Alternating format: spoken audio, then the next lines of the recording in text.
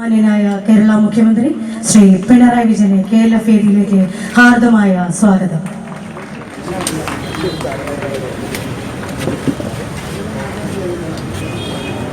ആമുഖ ഭാഷണത്തിനായി festival director Shri K. സച്ചിദാനന്ദനെ ആദരപൂർവ്വം ക്ഷണിക്കുന്നു. ബഹുമാനപ്പെട്ട മുഖ്യമന്ത്രി, പ്രിയ സുഹൃത്തുക്കളെ, ആദ്യമായി തന്നെ ഇത്ര സമയം നിങ്ങളെ കാത്തിരുത്തിയതിന് ഞാൻ എല്ലാവർക്കും വേണ്ടി ക്ഷമ ചോദിക്കുന്നു. ഈ സാഹിത്യോത്സവം നിങ്ങൾക്കറിയാവുന്നതുപോലെ കേരളീയ സംസ്കാരത്തിന്റെ പ്രതിനിധികൾക്ക് ഒന്നിച്ചിരുന്ന് പ്രതിബന്ധങ്ങളില്ലാതെ ചർച്ച ചെയ്യാനുള്ള ഒരു തുറന്ന വേദി എന്ന നിലയിലാണ് സംവിധാനം ചെയ്യപ്പെട്ടിട്ടുള്ളത്. പ്രത്യേകിച്ചും സാംസ്കാരിക സംവാദങ്ങൾക്കുള്ള ഇടം ചുരുങ്ങി വരുന്ന ഒരു ഇന്ത്യൻ സന്ദർഭത്തിൽ വിഭിന്ന വീക്ഷണങ്ങളും പ്രത്യയശാസ്ത്രങ്ങളും ഒക്കെ പിന്തുടരുന്ന ആളുകൾക്ക് പരസ്പര ബഹുമാനത്തോടെ ഇരുന്ന് ചർച്ച ചെയ്യാനും തുറന്ന സംവാദങ്ങളിൽ ഏർപ്പെടാനുമുള്ള ഒരു വേദി എന്ന നിലയിലാണ് ഈ സാഹിത്യ ഉത്സവത്തെ ഞങ്ങൾ കാണുന്നത്. കഴിഞ്ഞ വർഷത്തെ അപേക്ഷിച്ച് എഴുത്തുകാരുടെ പങ്കാളിത്തം കൊണ്ടും കേൾവിക്കാരുടെ പങ്കാളിത്തം കൊണ്ടും കൂടുതൽ സമ്പന്നമായ ഒരു സാഹിത്യോത്സവമാണ് ഈ വർഷം നടക്കുന്നത്. അതിന് കോഴിക്കോട്ട് ഉള്ളവരും പുറത്തുനിന്ന് വന്നവരുമായ നിങ്ങളോടാണ് ഒരുപക്ഷെ ഏറ്റവും കൂടുതലായി ഞാനും എൻ്റെ സഹപ്രവർത്തകരും നന്ദി പറയേണ്ടത്.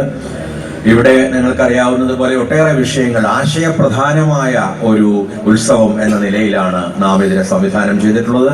പുസ്തക പ്രധാനം എന്നതിനേക്കാൾ ആശയങ്ങൾ ചർച്ച ചെയ്യപ്പെടുന്ന, പലപ്പോഴും പ്രകോപനപരമായി പോലും ചർച്ച ചെയ്യപ്പെടുന്ന, അതേസമയം അന്യോന്യ ആദരവോടുകൂടി മനുഷ്യർക്ക് സംസാരിക്കാൻ കഴിയുന്ന ഒരു വേദി ഒരുക്കുകയാണ് ഈ കേരള സാഹിത്യോത്സവം ചെയ്യുന്നത്. ഇത് അനേകം വിഷയങ്ങൾ സാഹിത്യത്തെ സംബന്ധിച്ച്, കലയെ സംബന്ധിച്ച്, സംസ്കാരത്തെ സംബന്ധിച്ച്, രാഷ്ട്രീയ അവസ്ഥയെ സംബന്ധിച്ച്, ആവിഷ്കാര സ്വാതന്ത്ര്യത്തെ സംബന്ധിച്ച്, അങ്ങനെയുള്ള ഒട്ടേറെ പ്രസക്തങ്ങളായ സമകാലീന പ്രമേയങ്ങൾ ചർച്ച ചെയ്യുന്ന വേദികൾ ഞങ്ങൾ ഒരുക്കിയിട്ടുണ്ട്.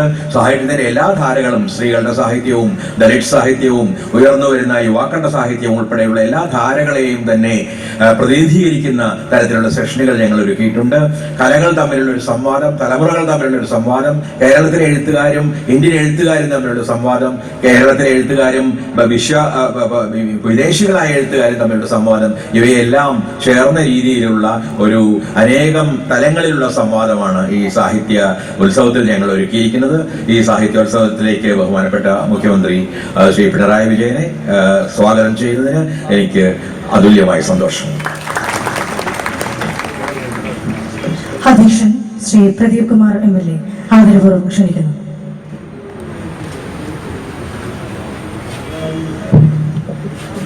ബഹുമാന്യനായ മുഖ്യമന്ത്രി ശ്രീ പിണറായി, ഇവിടെ വേദിയിലുള്ള മറ്റു ബഹുമാന്യരെ, പ്രിയപ്പെട്ടവരെ, ഈ സാഹിത്യോത്സവം ഇത് രണ്ടാമത് വർഷമാണ് ഇപ്പോൾ നമ്മളിവിടെ നടത്തുന്നത്. DC ബുക്സ് ഒക്കെ എടുത്ത് നമ്മുടെ ടൂറിസം ഡിപ്പാർട്ട്മെൻറ്റൊക്കെ സഹകരണമുണ്ട്. ശ്രീ സച്ചിദാനന്ദനെ പോലെയുള്ള ഏറ്റവും പ്രതിഭാശാലികളായ ആളുകൾ ഇതിന് നേതൃത്വം നൽകുന്നു. അങ്ങനെ യഥാർത്ഥത്തിൽ നമ്മുടെ സാഹിത്യ ലോകത്തിൻ്റെ ഒരു വളരെ ധൈഷണികമായിട്ടുള്ള ഒരു സംവാദവും ഏറ്റുമുട്ടലിൻ്റെയൊക്കെ അരങ്ങായി ഈ സാഹിത്യോത്സവം 2 വർഷമായിട്ട് മാറിയിരിക്കുന്നു. നമ്മളെല്ലാവരും ആഗ്രഹിക്കുന്നത്, ആസ്വാദകർ, സാഹിത്യകാരന്മാർ, സാംസ്കാരിക പ്രവർത്തകർ എല്ലാവരും ആഗ്രഹിക്കുന്നത് ഇതിൻ്റെ സയുക്തികമായൊരു തുടർച്ച ഇനിയുള്ള വർഷങ്ങളിലും ഉണ്ടാകണമെന്നാണ്. തിരുവനന്തപുരത്തെ ഫിലിം ഫെസ്റ്റിവൽ പോലെ ഇന്റർനാഷണൽ ഫിലിം ഫെസ്റ്റിവൽ തിരുവനന്തപുരത്ത് ഒരു വലിയ കാര്യമാണ്. അതേപോലെ തന്നെ ഇന്റർനാഷണൽ നാടകോത്സവം അന്താരാഷ്ട്ര തലത്തിൽ തൃശ്ശൂരിൽ അതൊരു പ്രധാനപ്പെട്ട സംഭവമായിട്ട് എല്ലാ വർഷങ്ങളിലും നടക്കുന്നു. കഴിഞ്ഞ വർഷം തുടങ്ങിയിട്ടുള്ള ഈ സാഹിത്യോത്സവം അതുപോലെ അതിൻ്റെ പ്രധാന വേദിയായി കോഴിക്കോട് തന്നെ മാറണമെന്നും അതിന് തുടർച്ചയുണ്ടാകണമെന്നും അതൊരു സ്ഥിരമായ ഒന്നായി മാറണമെന്നും നമ്മളെല്ലാവരും ആഗ്രഹിക്കുന്നുണ്ട്. അതിന് കേരള സർക്കാരിൻ്റെ നേതൃത്വപരമായിട്ടുള്ള ഇടപെടലും അതിൻ്റെ പങ്കും ഉണ്ടാകണമെന്നാണ് നമ്മൾ ആഗ്രഹിക്കുന്നത്. ആ ആഗ്രഹം ഇവിടുത്തെ സാഹിത്യകാരന്മാരുടെയും ആസ്വാദകരുടെയും എല്ലാവരുടെയും മനസ്സിൽ ഒരേപോലെ തുടിക്കുന്ന ആ ആഗ്രഹം ഞാൻ ബഹുമാനപ്പെട്ട മുഖ്യമന്ത്രിയുടെ മുമ്പാകെ സമർപ്പിച്ചുകൊണ്ട് എൻ്റെ അധ്യക്ഷ പ്രസംഗം അവസാനിപ്പിക്കുന്നു. മുഖ്യ പ്രഭാഷണത്തിനായി ബഹുമാനപ്പെട്ട മുഖ്യമന്ത്രി ശ്രീ പിണറായി വിജയനെ ആദരപൂർവ്വം ക്ഷണിക്കുന്നു.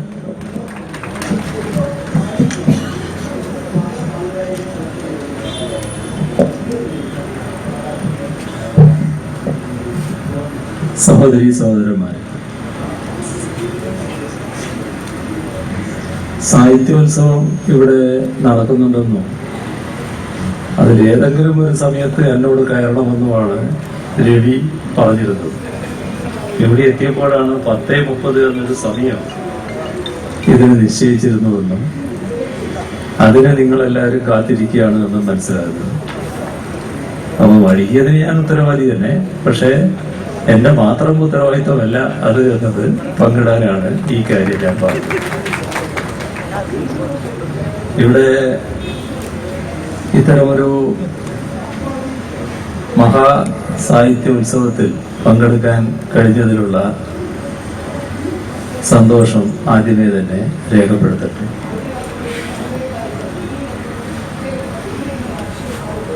DC കിഴക്കേമുറി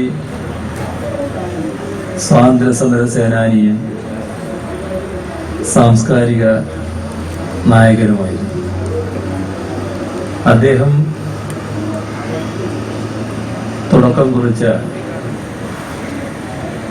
പ്രസ്ഥാനത്തിന്റെ നേതൃത്വത്തിൽ കൂടിയാണ് ഇത്തരമൊരു സാഹിത്യോത്സവം സംഘടിപ്പിച്ചത് എന്നത് എല്ലാ രീതിയിലും ഔചിത്യപൂർണമായ ഒരു നടപടിയാണ്. ഇവിടെ അദ്ദേഹം നേതൃത്വം പടുത്തുയർത്തിയ ആ മഹാസൗധം ഇന്ന് എഴുത്തുകാരുടെ ഒരു തറവാടായാണ് മാറിയിട്ടുള്ളത് എന്നതും വസ്തുതയാണ്. നേരത്തെ മലയാളം പുസ്തകങ്ങൾ മാത്രമാണ് പ്രസിദ്ധീകരിച്ചിരുന്നത്. ഇപ്പോ അതിൽ നിന്നും മാറി അന്താരാഷ്ട്ര തലത്തിൽ തന്നെ പ്രശസ്തി നേടത്തക്ക രീതിയിലുള്ള ഒരു പ്രസാധകശാലയായി മറ്റു ഭാഷകളിൽ, പ്രത്യേകിച്ച് ഇംഗ്ലീഷിലും മറ്റുമുള്ള പുസ്തകങ്ങളും പ്രസിദ്ധീകരിക്കുന്ന നില വന്നിരിക്കുന്നു. നമ്മുടെ സാഹിത്യോത്സവം സംഘടിപ്പിക്കുന്നത് എല്ലാ അർത്ഥത്തിലും അഭിനന്ദനാർഹമായ കാര്യം തന്നെയാണ്. പ്രത്യേകിച്ച് ഇന്നത്തെ കാലത്ത് പൊതുവെ അസഹിഷ്ണുതയുണ്ട്, പക്ഷെ ഏറ്റവും കൂടുതൽ അസഹിഷ്ണുത സാഹിത്യ രംഗത്താണെന്നാണ് തോന്നുന്നത്. കാരണം എഴുത്തുകാരോട് നിങ്ങൾ ഇന്ന കൃതിയെ പ്രസിദ്ധീകരിക്കാൻ പാടുള്ളൂ എന്ന് കൽപ്പിക്കുന്ന നില തന്നെ വന്നു ചേരുകയാണ്.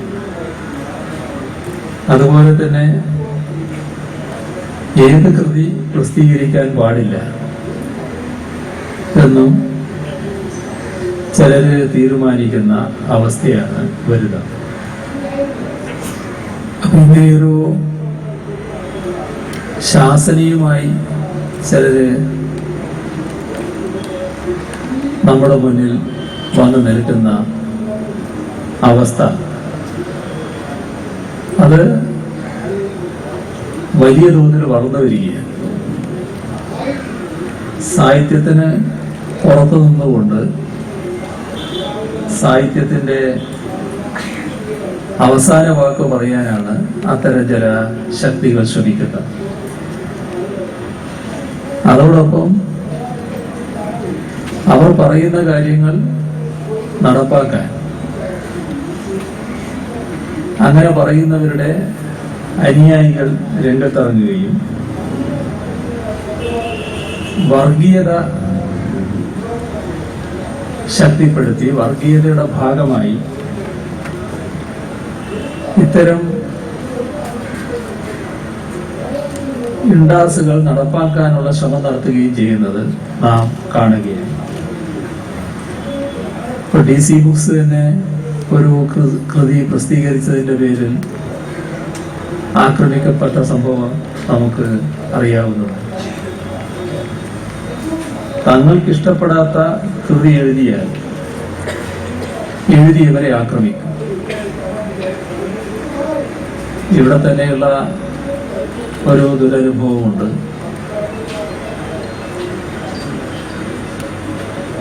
രാമായണവുമായി ബന്ധപ്പെട്ട് ഉണ്ടായ ഒരു സംഭവം. അതും നമുക്ക് ഇത് പറയുമ്പോൾ കോഴിക്കോട് ഓർമ്മ വരുന്ന കാര്യമാണ്. ഇനി അവര് പറയുന്നതിൽ നിന്ന് വ്യത്യസ്തമായി പ്രസിദ്ധീകരിക്കുന്ന നിലയുണ്ടായാൽ പ്രസിദ്ധീകരണശാലയെ ആക്രമിക്കുമെന്ന നിലയും വന്നു ചേരുകയാണ്. ചുരുക്കത്തിൽ ഇത്തരത്തിൽ നമ്മുടെ സമൂഹത്തെ ചിന്താപരമായി വളരാതിരിക്കാനുള്ള ഇടപെടലുകളാണ് നടന്നുകൊണ്ടിരിക്കുന്നത്. ഇങ്ങനെ വന്നാൽ പുതുതും മൗലികവുമായ ചിന്തകൾ ഉയരാതെ വരും.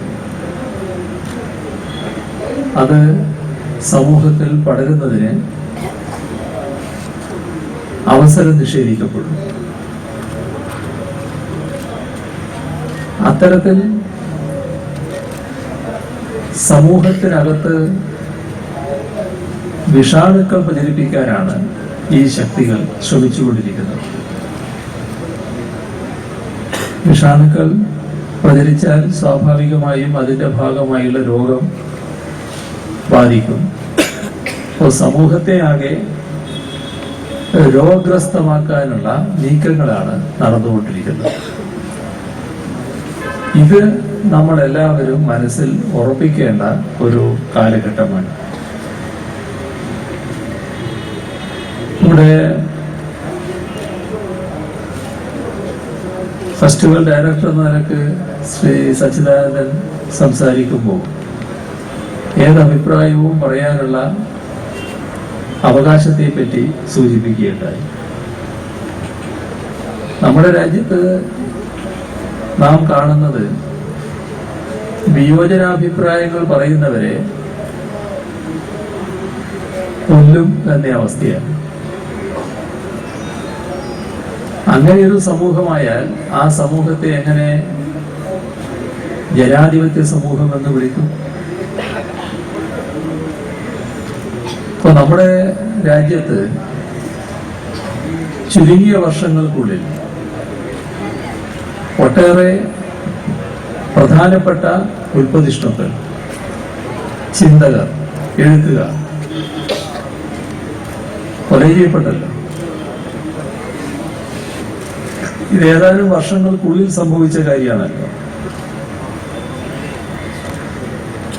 നരേന്ദ്ര ദാബോൽക്കർ എടുത്താലും ഗോവിന്ദ് പൻസാരി എടുത്താലും MM കൽബുർഗി എടുത്താലും ഇവരെല്ലാം നമ്മുടെ രാജ്യത്ത് ജീവിച്ച ഉൽപ്പതിഷ്ണുക്കളായിരുന്നല്ലോ. അവരെ എന്തിനാണ് കൊല ചെയ്യപ്പെട്ടത്? എന്താണ് അവര് ആകെ ചെയ്ത അപരാധം? അവർക്കുള്ള അഭിപ്രായങ്ങൾ അവർ ധീരമായി പുറത്തു പറഞ്ഞു. അത് എഴുതാൻ തയ്യാറായി, വേദികളിൽ സംസാരിക്കാൻ തയ്യാറായി. ഇതാണല്ലോ അവര് ചെയ്ത മഹാപാതകം. ഒരു അക്രമത്തിനും പോയവരല്ലാലോ അവര്, ഒരക്രമത്തെയും പ്രോത്സാഹിപ്പിച്ചവരുമല്ലാലോ, ഏതെങ്കിലും തരത്തിലെ അക്രമത്തിന് ആഹ്വാനം നൽകിയവരുമല്ലാലോ. അപ്പൊ നമ്മുടെ ഭരണഘടന അഭിപ്രായ സ്വാതന്ത്ര്യം ഉറപ്പു നൽകുന്നുണ്ട്. അതനുസരിച്ച് തങ്ങൾക്കുള്ള അഭിപ്രായം നിർഭയമായി അവർ പ്രകടിപ്പിച്ചിട്ടുണ്ട്. അതിനാണ് ജീവൻ കൊടുക്കേണ്ടി വന്നത്. അപ്പോ ഈ അഭിപ്രായ പ്രകാരമാണ് കൊല്ലുന്നത് എന്ന് പറഞ്ഞുകൊണ്ട് തന്നെ കൊല്ലുന്നവരെയും എടുത്തല്ലോ. കൊല്ലുന്നവരത് മറച്ചു വെച്ചില്ലല്ലോ. എന്തിനാണ് നിങ്ങളെ കൊല്ലുന്നത് എന്ന് കൊല്ലുന്നതിന് തൊട്ട് മുൻപ് പറയുന്ന സ്ഥിതി തന്നെ ഉണ്ടായല്ലോ. അപ്പൊ ഭരണഘടന ഉറപ്പ് നൽകുന്നതനുസരിച്ച് അഭിപ്രായം സ്വതന്ത്രമായി പ്രകടിപ്പിക്കുന്നവർക്ക് ജീവൻ നഷ്ടപ്പെടുന്ന അവസ്ഥയാണ് നമ്മുടെ രാജ്യത്തുണ്ടായത്. ഇവിടെ കുറെ കാലമായി ഇത്തരത്തിലുള്ള സംഭവങ്ങൾ ഉണ്ടാവുകയാണല്ലോ. നേരത്തെ എം.എഫ്. ഹുസൈൻ നമ്മുടെ രാജ്യത്ത് നിന്ന് മുൻപ് നാട് വിട്ടു പോകേണ്ടി വന്നത് ഇത്തരത്തിലുള്ള അസഹിഷ്ണുതയുടെ ഭാഗമായിട്ടായിരുന്നു. സാധാരണ നിലക്ക് ആർക്കും എതിർക്കേണ്ട ഒന്നും സംഭാവന ചെയ്യാതിരുന്ന ആളാണ് U.R. നന്ദമൂർത്തി. അഭിപ്രായങ്ങളെ എതിർക്കുന്നുണ്ടാവും, അഭിപ്രായങ്ങൾ സ്വതന്ത്രമായി പ്രകടിപ്പിച്ചിട്ടുണ്ടാവും, ആ അഭിപ്രായത്തോട് വിയോജിപ്പുള്ളവരുണ്ടാവും. പക്ഷെ U.R. നന്ദമൂർത്തിയെ സാധാരണ നിലക്ക് സമൂഹം ആദരിക്കുന്നില്ലേ. എന്നാൽ അദ്ദേഹം മരണക്കിടക്കയിൽ കിടക്കുമ്പോൾ പാകിസ്ഥാനിലേക്കുള്ള ടിക്കറ്റ് അയച്ചു കൊടുത്തവരില്ലേ ഇവിടെ? പാകിസ്ഥാനിലേക്ക് പോകാനുള്ള കൽപ്പന അനന്തമൂർത്തിയുടെ നേരെ പുറപ്പെടുവിക്കുകയല്ലേ ചെയ്തു. പാകിസ്ഥാനിലേക്ക് പോകാനുള്ള കൽപ്പന പിന്നീടും ചില ഘട്ടത്തിൽ ഇപ്പൊ അടുത്ത നാളിലോ നമ്മുടെ രാജ്യത്ത് നമുക്ക് കേൾക്കേണ്ടി വന്നത്. ഇപ്പൊ വ്യത്യസ്ത രംഗത്തുള്ളവർക്ക് അനുഭവിക്കേണ്ടി വരുന്ന കാര്യങ്ങൾ, ഇപ്പൊ മൃണാളിനി സാരാഭായിയും മല്ലിക സാരാഭായി അവര് വീട്ടു തടങ്കലിൽ കഴിയേണ്ടി വന്നില്ല. അവർക്ക് ധീരമായ അഭിപ്രായമുണ്ടായി, അതിന്റെ മേലെയല്ലേ വീട്ടു തടങ്കലിൽ കഴിയേണ്ടി വന്നത്. ദീപാ മേത്തക്ക് തന്റെ ചലച്ചിത്രം പിൻവലിക്കേണ്ടി വന്നില്ലേ. അപ്പോ വർഗീയത കലയുടെ രംഗത്ത് കൈവച്ചാൽ മൗലികതയുടേതായ പൊടിപ്പുകൾ പോലും പിന്നെ ആ രംഗത്തുണ്ടാവില്ല എന്നാണ് ഇതിൽ നിന്നെല്ലാം നാം മനസ്സിലാക്കേണ്ടത്. ഇപ്പോൾ സാഹിത്യ സാംസ്കാരിക രംഗത്തുള്ളവർ ഇത്തരത്തിലുള്ള സ്ഥിതിഗതികൾ രാജ്യത്ത് ഉയർന്നു വരുമ്പോൾ അതിനെതിരെ നിതാന്ത ജാഗ്രത പാലിക്കേണ്ട ഘട്ടമാണ്. ഓരോ ദിവസവും ഉണ്ടാകുന്ന സംഭവങ്ങൾ അത്തരം ജാഗ്രത പാലിക്കാനുള്ള സന്ദേശങ്ങളായിട്ടാണ് നമ്മിൽ എത്തിച്ചേരുന്നത്. ഇപ്പോ ഏറ്റവും ഒടുവിൽ MTക്കെതിരെ ഉണ്ടായത്, അതിന് തൊട്ടു മുൻപ് തന്നെ അതേ കാലത്ത് തന്നെ കമലിന് നേരെ ഉയർന്ന ഭീഷണി, ഇതൊക്കെ നമ്മുടെ നാട്ടിൽ സംഭവിക്കുകയാണല്ലോ. നമ്മള് കേരളീയര് സാധാരണ ഇത്തരം കാര്യങ്ങളിലൊക്കെ ഒരു കാര്യത്തിൽ ആശ്വാസം കൊള്ളാറുണ്ടായിരുന്നു. നേരത്തെ പറഞ്ഞ പല കാര്യങ്ങളും കേരളത്തിന് പുറത്ത് സംഭവിച്ച കാര്യങ്ങളാണ്. അപ്പൊ അതൊക്കെ അവിടെ നടക്കുന്നതാണ്. കേരളം എന്ന് പറഞ്ഞാൽ ശക്തമായ മതനിരപേക്ഷത നിലനിൽക്കുന്ന സ്ഥലമാണ്. ഇവിടെ അഭിപ്രായ സ്വാതന്ത്ര്യം സാധാരണ നിലക്ക് ശക്തമായി നിലനിൽക്കുന്നുണ്ട്. ഇവിടെ മറ്റൊരു പ്രശ്നവും ഉണ്ടാവില്ല എന്നൊക്കെ സ്വതവേ ധരിക്കാറുണ്ട്. എന്നാൽ ഇതൊക്കെ ഈ അവസാനം പറഞ്ഞത് നമ്മുടെ നാട്ടിൽ തന്നെ സംഭവിച്ചതാണല്ലോ. കേരളത്തിൽ തന്നെ ഇത്തരത്തിലുള്ള അവസ്ഥ ഉയർന്നു വരികയാണ്. അപ്പൊ കേരളത്തിന്റെ സാംസ്കാരിക പ്രബുദ്ധതയ്ക്ക് ചേരാത്ത കാര്യങ്ങളാണല്ലോ ഇപ്പോ ഇവിടെ സംഭവിച്ചുകൊണ്ടിരിക്കുന്നത്. അപ്പൊ അത് നമുക്ക് തിരിച്ചറിയാൻ കഴിയണം. കേരളത്തിന് നല്ല രീതിയിൽ സാംസ്കാരിക പ്രബുദ്ധത നേടാൻ കഴിഞ്ഞിരിക്കുന്നു എന്നത് വസ്തുതയാണ്. ആ സാംസ്കാരിക പ്രബുദ്ധതയെ കളങ്കപ്പെടുത്താൻ ഒരു കൂട്ടർ രംഗത്ത് വരികയാണ്. അപ്പോ അത്തരം ശക്തികൾ ഉണ്ട് എന്ന് തിരിച്ചറിഞ്ഞുകൊണ്ട് അങ്ങനെ കളങ്കപ്പെടുത്താൻ മുന്നിട്ടിറങ്ങുന്നവരെ സാംസ്കാരിക പ്രബുദ്ധതയുടെ ഭാഗമായി നിൽക്കുന്ന എല്ലാവരും കൂടി ചേർന്ന് ഒറ്റപ്പെടുത്തേണ്ടതായിട്ടുണ്ട്. ഇവിടെ ഭരണഘടന അനുശാസിക്കുന്ന അഭിപ്രായ സ്വാതന്ത്ര്യം അത് പാലിക്കാനും ഭരണഘടന കൽപ്പിച്ച് നൽകിയിട്ടുള്ള അവകാശങ്ങൾ സംരക്ഷിക്കാനും കഴിയേണ്ടതായിട്ടുണ്ട്. അതിന് ശക്തമായ ഇടപെടൽ സമൂഹത്തിൽ നിന്നും ഉയർന്നു വരേണ്ടതുണ്ട് എന്നാണ് ഇതെല്ലാം കാണിക്കുന്നത്. ഇതൊരു ഭാഗം, അസഹിഷ്ണുതയുടേതായ ഭാഗം. നമ്മുടെ നാട് പൊതുവെ മലയാള ഭാഷയാണ് നാം എല്ലാവരും സംസാരിക്കുന്നത്. അപ്പോൾ മാതൃഭാഷ അവഗണിക്കപ്പെടുന്ന ചില മേഖലകളുണ്ട്. അപ്പൊ അതിനെതിരെ ശക്തമായി ഇടപെടേണ്ടതുണ്ട് എന്നാണ് തോന്നുന്നത്. മാതൃഭാഷയോട് മലയാളിക്ക് സ്നേഹമില്ലാതാകുന്നു എന്ന് ചിന്തിച്ചു തുടങ്ങുന്ന നില ഒട്ടേറെ വന്നുകൊണ്ടിരിക്കുകയാണ്. ചില കാര്യങ്ങളിൽ വല്ലാത്ത വ്യത്യാസങ്ങൾ കാണാൻ കഴിയും. ഇപ്പൊ പരീക്ഷ എഴുത്ത്,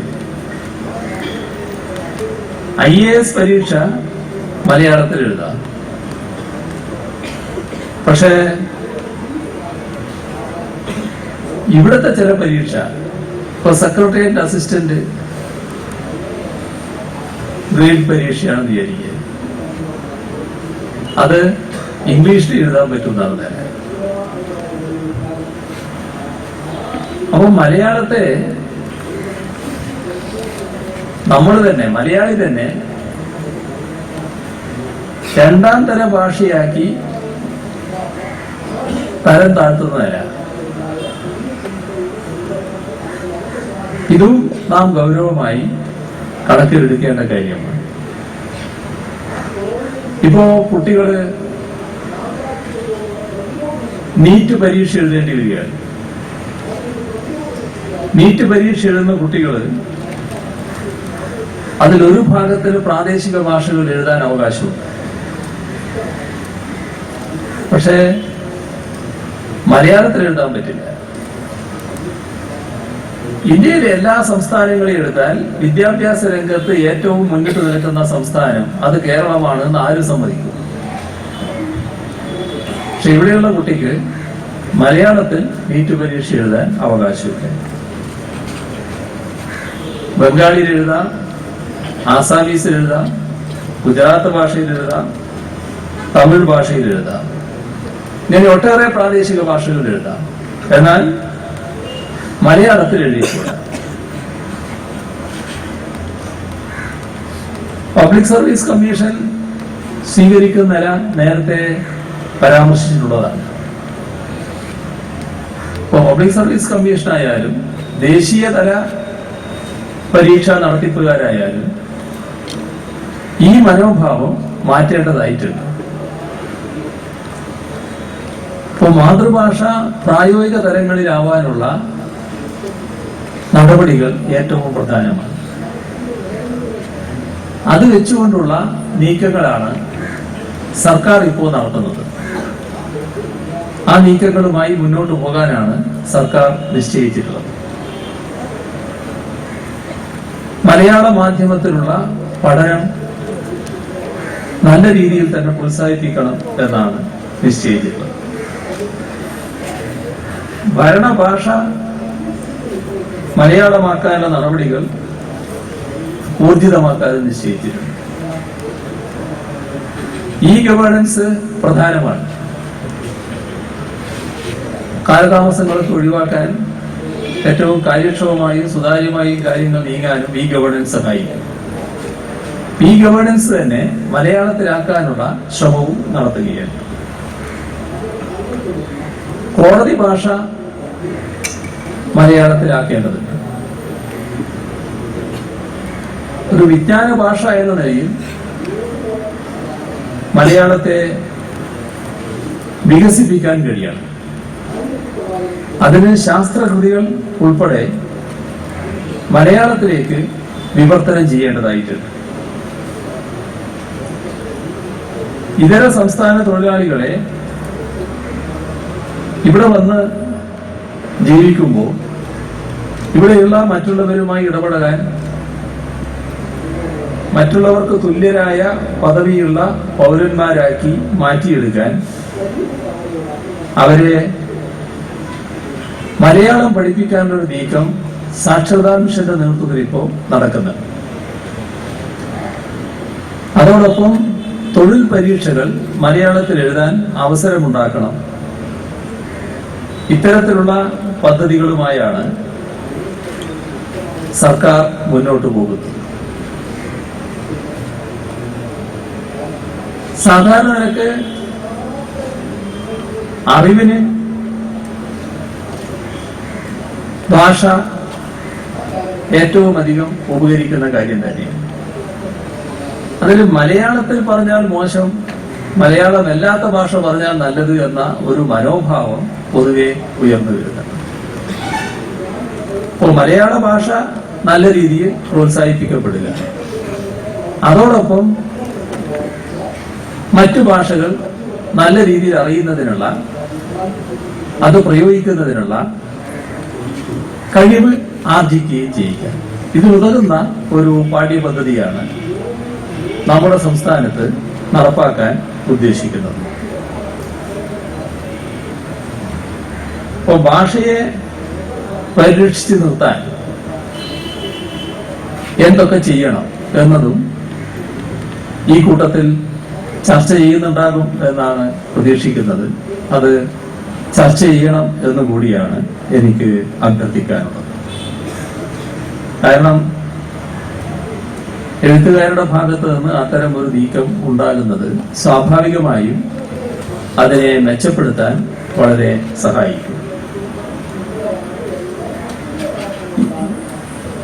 ഈ സാഹിത്യോത്സവത്തിന്റെ 2ാം വർഷമാണിത്.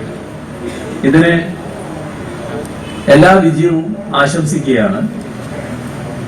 ഭാഷയെയും സാഹിത്യത്തെയും സംസ്കാരത്തെയും സർവോപരി മനസ്സുകളെയും നവീകരിക്കുന്ന, ശക്തിപ്പെടുത്തുന്ന ഒരു സാഹിത്യോത്സവമായി വരും കാലങ്ങളിൽ ഇത് കൂടുതൽ ശ്രദ്ധേയമായി തീരട്ടെ എന്നാണ് സ്വാഭാവികമായും ആശംസിക്കാൻ കഴിയുക. ചില ഫെസ്റ്റിവൽ വളരെ പ്രശസ്തമായിട്ടാണ്. അതിലൊന്നാണ് ജയ്പൂർ ലിറ്റററി ഫെസ്റ്റിവൽ, അതുപോലെ ഫ്രാങ്ക്ഫർട്ട് ഫെസ്റ്റിവൽ, ഇത് ലോകം തന്നെ ശ്രദ്ധിക്കുന്ന ഫെസ്റ്റിവലാണ്. അതുപോലെ ഇവിടെ അധ്യക്ഷൻ സൂചിപ്പിച്ചതുപോലെ നമുക്ക് അഭിമാനിക്കാൻ തക്ക വിധം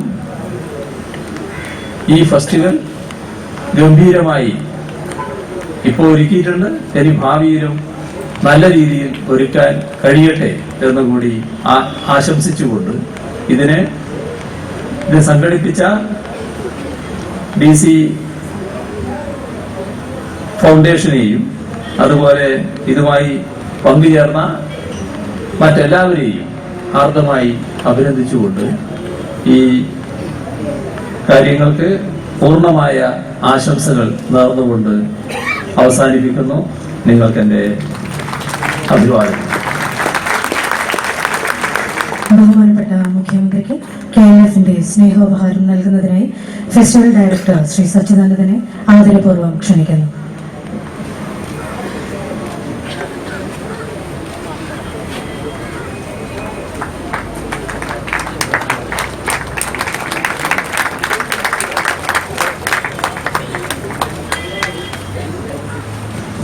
പ്രഭാഷണം നടത്തുന്നത് ശ്രീ M. മുകുന്ദൻ. ആദരപൂർവ്വം ക്ഷണിക്കുന്നു. ബഹുമാനപ്പെട്ട മുഖ്യമന്ത്രി ശ്രീ പിണറായി വിജയൻ, പ്രിയ സഹോദരി സഹോദരന്മാരെ, 11:30 മണിക്ക് രാമചന്ദ്ര ഗുഹ നമ്മോട് സംസാരിക്കേണ്ടതായിരുന്നു. 1/2 മണിക്കൂർ വൈകിയിരിക്കുകയാണ്. അദ്ദേഹം നമ്മുടെ വിശിഷ്ട അതിഥിയാണ്. രാമചന്ദ്ര ഗുഹയെപ്പോലുള്ള ഒരാളുടെ പ്രഭാഷണം കേൾക്കുവാൻ ഒരവസരം ലഭിക്കുക എന്നുള്ളത് അപൂർവമായിട്ടുള്ള ഒരു കാര്യമാണ്. അപ്പോൾ അദ്ദേഹത്തിൻ്റെ പ്രഭാഷണം കേൾക്കുക ആണ് നമ്മളിവിടെ കൂടിയിരിക്കുന്നത്. എൻ്റെ പ്രഭാഷണം കേൾക്കുവാനല്ല. അതുകൊണ്ട് ഞാൻ അധികം നീട്ടി സംസാരിക്കുന്നില്ല. ഞാൻ എൻ്റെ മനസ്സിൽ കുറേ കാര്യങ്ങൾ അടുക്കി വെച്ചിരുന്നു നമ്മുടെ പ്രിയങ്കരനായ മുഖ്യമന്ത്രിയുമായി പങ്കുചേരാൻ വേണ്ടി ഒരു സൗഹൃദ സംഭാഷണത്തിൽ. പിന്നെ അത് പക്ഷേ നിർഭാഗ്യവശാൽ ഇന്ന് നടന്നില്ല. സമയക്കുറവാണ് അതിൻ്റെ കാരണം. നമുക്ക് സമയമില്ല. അപ്പോൾ എനിക്ക് എല്ലാവരുടെയും വാച്ചിൻ്റെ സൂചികളെ പിടിച്ചു നിർത്താൻ തോന്നിയിരുന്നു ഇവിടെ ഇരിക്കുമ്പോൾ. സൂചികൾ മുമ്പോട്ട് പോകരുത് എന്ന്. ഇങ്ങനെ എല്ലാ വാച്ചുകളും നിശ്ചലമായിട്ടുണ്ടെങ്കിൽ എത്ര നന്നായിരുന്നു എന്ന് ആഗ്രഹിച്ചു പോയ ഏതാനും നിമിഷങ്ങളാണ് ഞാനിവിടെ ചിലവഴിച്ചത്. പക്ഷെ നമ്മൾ നിരാശപ്പെടേണ്ട ആവശ്യമില്ല. പിന്നെ അടുത്ത ഫെസ്റ്റിവലിൻ്റെ തീയതികൾ നമുക്കിപ്പോൾ അറിയാം. ഫെബ്രുവരി 7, 8, 9, 10. അപ്പം ഇന്ന് നമുക്ക് ചെയ്യാൻ കഴിയാതെ പോയ കാര്യങ്ങൾ ഒരുപക്ഷെ അടുത്ത വർഷം ചെയ്യാൻ സാധിക്കും. അങ്ങനെ നമുക്ക് പ്രതീക്ഷിക്കാം. പിന്നെ ഈ ഒരു ഫെസ്റ്റിവൽ, ഈ ഒരു സാഹിത്യോത്സവം ഒരു വയസ്സായിട്ടേ ഉള്ളൂ. ഈ KLF ഒരു വയസ്സായിട്ടേ ഉള്ളൂ. 2ാം പതിപ്പാണ് ഇപ്പോൾ നടക്കുന്നത്.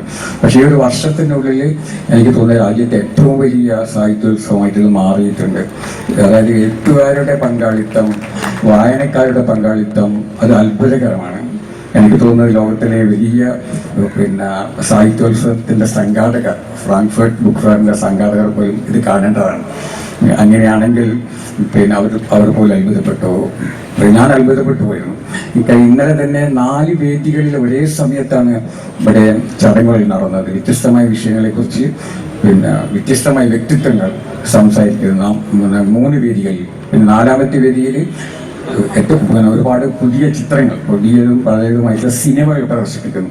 അപ്പൊ ഈ 4ഇടത്തും ഒരേപോലെ ആൾക്കൂട്ടമായിരുന്നു. അത് നമുക്കതിൽ അഭിമാനം തോന്നുന്നു. ഈ ആൾക്കൂട്ടം ഒരു തരത്തിലുള്ള വിഭാഗീയതകളും അറിയാത്തവരാണ്. പുസ്തകങ്ങൾ സ്നേഹിക്കുന്നവരാണ്, അക്ഷരങ്ങൾ സ്നേഹിക്കുന്നവരാണ്. നമ്മളിവിടെ ഇന്നലെ കണ്ട ഒരുപക്ഷെ 10,000-കണക്കിന് ആളുകൾ. അതുവരിൽ എല്ലാ പാർട്ടിക്കാരും ഉണ്ടായിരുന്നു, എല്ലാ മതക്കാരും ഉണ്ടായിരുന്നു, എല്ലാ ജാതിക്കാരും ഉണ്ടായിരുന്നു. അങ്ങനെ അത് വലിയൊരു മതേതര കൂട്ടായ്മയായിരുന്നു. അപ്പോൾ ഇന്ന് നമ്മുടെ സമൂഹത്തിൽ വിള്ളലുകൾ ഉണ്ടാകുകയാണ് ചെയ്യുന്നത്. സമൂഹം ഇങ്ങനെ വിഘടിക്കപ്പെടുകയാണ് ചെയ്യുന്നത്. രാഷ്ട്രീയത്തിൻ്റെ പേരിൽ, മതത്തിൻ്റെ പേരിൽ, ജാതിയുടെ പേരിൽ അങ്ങനെ ഇങ്ങനെ വിഭജിക്കപ്പെടുന്ന സമൂഹത്തെ നമ്മൾ ഒന്നിച്ചു നിർത്തുകയാണ് ചെയ്യുന്നത്. സമൂഹത്തിൽ വീണ്ടുള്ള വിള്ളലുകളെ നമ്മൾ നികത്തുകയാണ് ചെയ്യുന്നത്. അപ്പോൾ പല ഭാഗത്തേക്ക് ചിതറിപ്പോകുന്ന സമൂഹത്തെ നമ്മൾ പെറുക്കുകൂട്ടി വീണ്ടും ഒന്നിക്കുകയാണ് ചെയ്യുന്നത്. അതാണ് ഇന്നലെ ഇവിടെ നടന്നത്. ഇന്ന് നടക്കുന്നത് അതാണ്, ഈ നടക്കാൻ പോകുന്നതും അതാണ്. അപ്പോൾ അതാണ് സാഹിത്യത്തിൻ്റെയും എഴുത്തിൻ്റെയും ശക്തി. എഴുത്ത് എപ്പോഴും കലാപമാണ്. നമ്മുടെ ഭയങ്കരനായ ഫെസ്റ്റിവൽ ഡയറക്ടർ സച്ചിദാനന്ദൻ പറയാറുണ്ട് എഴുത്ത് പ്രതിരോധമാണെന്ന്. അതുകൊണ്ട് എഴുത്ത് പ്രതിരോധമാണെന്നുള്ളത് നമ്മൾ ഓർത്തുകൊണ്ട് തന്നെ നമ്മുടെ ഭാഷയെയും നമ്മുടെ സാഹിത്യത്തെയും നമുക്ക് മുമ്പോട്ട് കൊണ്ടുപോകേണ്ടതുണ്ട്. അതുകൊണ്ട് അതിന് ഇനിയും നമുക്ക് അവസരങ്ങൾ കിട്ടും. ഇതുപോലുള്ള കൂട്ടായ്മകൾ ഇനിയും ഉണ്ടാകും.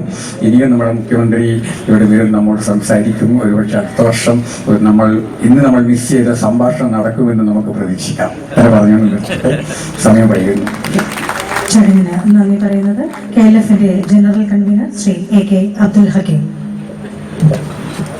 നമ്മുടെ ഈ ഫെസ്റ്റിവലിലെത്തിയ ബഹുമാനപ്പെട്ട കേരള മുഖ്യമന്ത്രി ശ്രീ പിണറായി വിജയൻ, ഫെസ്റ്റിവൽ ഡയറക്ടർ, ഇവിടെ സംസാരിച്ച മുഴുവൻ ആളുകൾക്കും ഒറ്റ വാക്കിൽ നന്ദി പറഞ്ഞുകൊണ്ട് അടുത്ത സെഷന് വേണ്ടി ശ്രീ രാമചന്ദ്ര ഗുഹ ഇവിടെ എത്തിക്കാൻ അദ്ദേഹം പ്രഭാഷണത്തിന് വേദിയിൽ ക്ഷണിക്കും.